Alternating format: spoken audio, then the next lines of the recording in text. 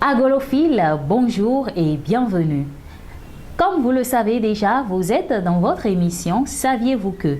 Eh oui, il y a toujours quelque chose que vous ne savez peut-être pas et dont nous vous parlons dans votre émission Saviez-vous que?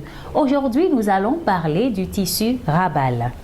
Le rabal est un tissage traditionnel prestigieux des Mandjaks, un peuple vivant principalement au Sénégal et en Guinée-Bissau. En effet, ce pain tissé à l'origine était spécialement conçu pour des cérémonies funéraires ou des occasions importantes de la communauté. Dot, mariage, naissance, baptême. Les divers motifs élégants qui composent cette étoffe de couleurs chatoyantes sont généralement d'ordre familiaux, sociétaux, politiques. Les artisans mandjaks s'assurent de transmettre cet art de leurs ancêtres à la nouvelle génération pour perpétuer ce trésor culturel.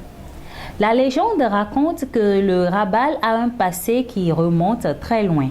Ce pain tissé en coton a vu le jour grâce à un pacte qu'un homme du village de Kaleki, région de Kacheux, située au nord de la Guinée-Bissau, aurait signé avec un esprit qui lui avait transmis le secret du tissage. Il se tisse à la main sur un grand terrain par des maîtres tisserands avec des outils de tissage à bras horizontaux. Il faut avant tout être patient, attentionné et avoir la force pour faire le rabal. La largeur du tissage est souvent 80 cm, mais selon la demande, elle peut varier entre 20, 40 et 100 cm.